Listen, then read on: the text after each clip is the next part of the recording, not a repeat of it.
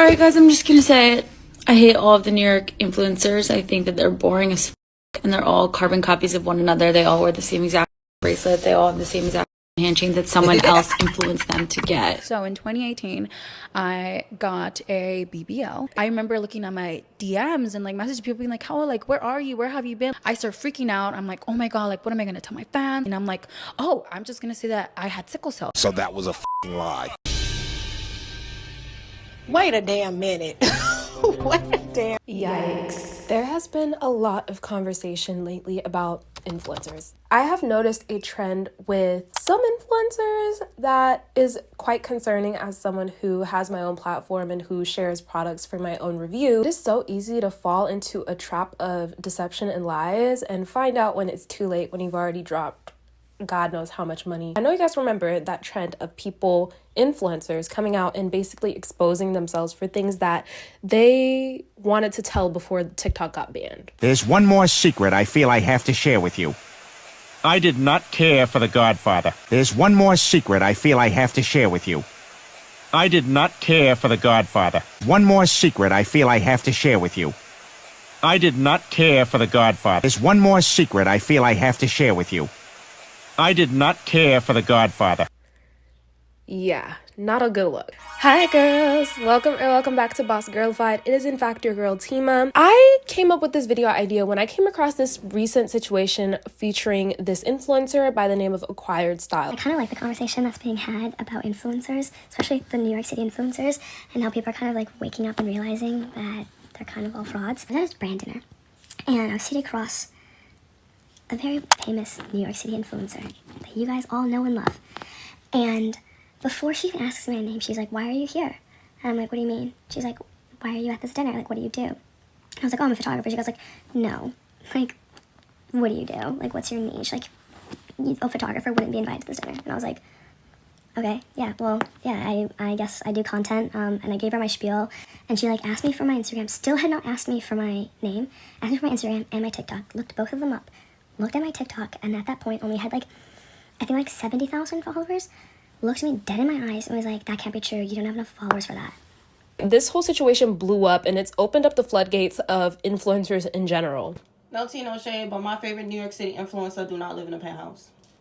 My favorite New York City influencer, she don't even got a car. Like, I'm so tired of these fucking industry plans who literally gets up and moves to New York and then gets into a penthouse or find this beautiful apartment in the Upper West Side, and then all of a sudden they're a New York City influencer. This is like the worst day of my life, I think. Why don't we just start with like removing the hand chain? We could get some low light. Like, should I dye my hair blue or something? I'm like 5 seconds away from shaving my entire head. Let's brainstorm. What if I got a corporate job? What if I pretended to get a corporate job? I resonated so much with this TikTok that this girl posted. And I'm like, you know what, girl, I feel you, because I met some influencers. I'm like, bro, like you. Alright guys, I'm just gonna say it. I hate all of the New York influencers. I think that they're boring as fuck, and they're all carbon copies of one another. They all wear the same exact fucking bracelet. They all have the same exact fucking hand chain that someone else influenced them to get. Yeah. They all look like they shop on Revolve. They're all just like basic ass skinny, but they're skinny and pretty, so stuff looks cute on them, but boring. No hate. They just bore the fuck out of me. Now, I'm not familiar with Acquired Style, but apparently she does like lifestyle, like honestly, I see what the girlies are saying, like that specific genre of New York City creator that is pretty copy paste. But I will say though, there are a lot of very some of the most creative TikToks I've seen come from people who live in New York. And not even just creative in the sense of like the actual TikTok. I'm talking about like outfits, style, fashion. There is definitely patterns. And if a lot of people are recognizing it, it's not for no reason. It seems like most people agree that like influencers in general, it's getting really redundant. People don't want to see a lot of the same old same. People don't want to see the same old products being pushed by the same exact people. And people are starting to question whether or not influencers are being genuine and honest. Let's get into the morning routines. Okay, so I came across this very well put together video by this creator. I watched it in its entirety. It's very interesting. She has her channel honestly is amazing, so go check her out after this video. I see you trying to slide out the video. Sit it. Where are you going? We're not done yet. The one that stuck out to me the most was the time-stamped morning routine. Lead me to believe that this was not filmed starting at 6:30 a.m. like she's claiming it was. First, you'll see her watch sitting in a dish on her counter, and the timestamp she put on the screen was 6:40 a.m. But if you zoom into the watch, you'll notice that it looks like it's actually about 8:30 a.m. I admit though, this particular screenshot is pretty blurry, so you might not be convinced on that alone. But what if I showed you this screenshot from later in the video when she's making her breakfast and she puts the timestamp of 7:05, but now if you zoom into her watch, it very, very clearly shows 9:05 a.m. Okay, because I have filmed my own morning routines, okay? Listen, you guys, I am the most, like, I'm not trying to toot my own horn or nothing, but when I tell you guys, I prioritize taking care of me, journaling, eating good breakfast, like literally making time to make a good breakfast, like teas, supplements, skincare routine, hair care routine, gua sha, body care routine. Like I hunker down, okay?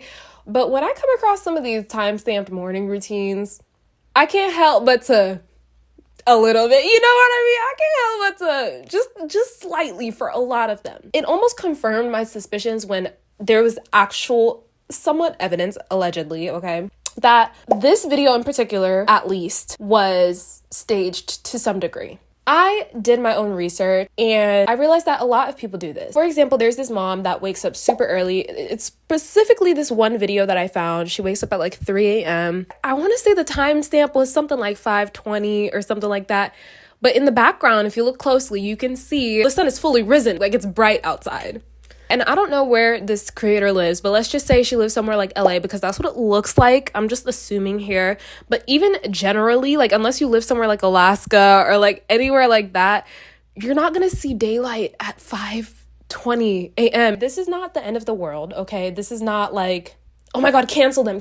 I'm not calling attention to this for that reason whatsoever because we're all human. We all make mistakes. And at the end of the day, social media is a highlight reel of everyone's lives. Look at me. I'm here, put together, hair done, makeup done. I just spent like 2 hours getting ready just to film this video. It's not like my day-to-day life that I look like this, that I put the camera set up and that I have the lighting set up. No one is realistically going to want to portray themselves in a bad light on social media if they can avoid it. But where the problem arises is when it gets too extreme to where people are being deceptive and pretending that their lives are something that it's not, and therefore creating this cascading effect of setting unrealistic expectations and making people feel like they're not doing enough, that they're lazy, that they're slacking off, that you need to be, if you're not waking up at 3 a.m. and doing like 5 gazillion things before you go into the office, you're failing in life. Whole time, these people aren't even doing it. They aren't even doing the routine that they're saying they're doing. Or if they are doing it, it's taking the whole day or the whole morning.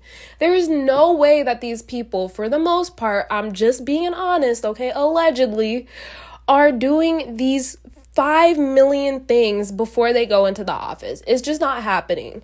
And even if they do it somehow, some way, they're not doing it every single day. That's just really important to recognize and realize. And it's a good reminder that social media is a whole different world. It's not reality. I also want to touch on the gym girlies because I am a gym girly myself, okay? If you don't follow me on TikTok, you might as well because I've been posting some of my glute gains and my fitness journey and so on and so forth. So I am always looking for a new fitness girly. I want to mention a couple of my favorite inspos when it comes to fitness. The Lehrman twins, I think that's how you say it. Oh my God, how do I not remember her name? This girl right here. And then also Hannah Pearson. A lot of people say she has a BBL, but it's really up in the air. I really honestly don't think that she has a BBL. One of the girlies that I used to follow is this 23-year-old named, I think, Sky Sutton, yeah. So basically, Sky Sutton was exposed for having a BBL. One thing I will say is I've done a video on this girl before, Sky Sutton, and in that video, she has a clip from her old YouTube channel, which has been deleted. Her video has been deleted now, where she confesses that she had a BBL done. And then she explains that she's building muscle over that BBL so she can, I don't know, do it naturally or whatnot, which is fine. But the problem is she's now, she's not telling people now. she's posting all these videos and saying that her glutes are all from the workout. Now, I believe, I don't know what you think, but I believe if anyone ever gets any work done to their glutes or any part of their body and then tries to sell a program, which Sky Sutton sells a glute workout, you should have a disclaimer on your website, on your post saying, hey, just letting you guys know, in all honesty, I had a BBL done, but I've built muscle through the BBL. I think that if you know yourself and if you are like, damn, I'm such a baddie, but I would love a BBL. Like, I feel like I would be that much more of a baddie if I had a BBL, or if I had lip filler, or if I had Botox here. Like, do it. You know what? You do it. You know what I mean? Like, no, it's your body. Do what you want to do.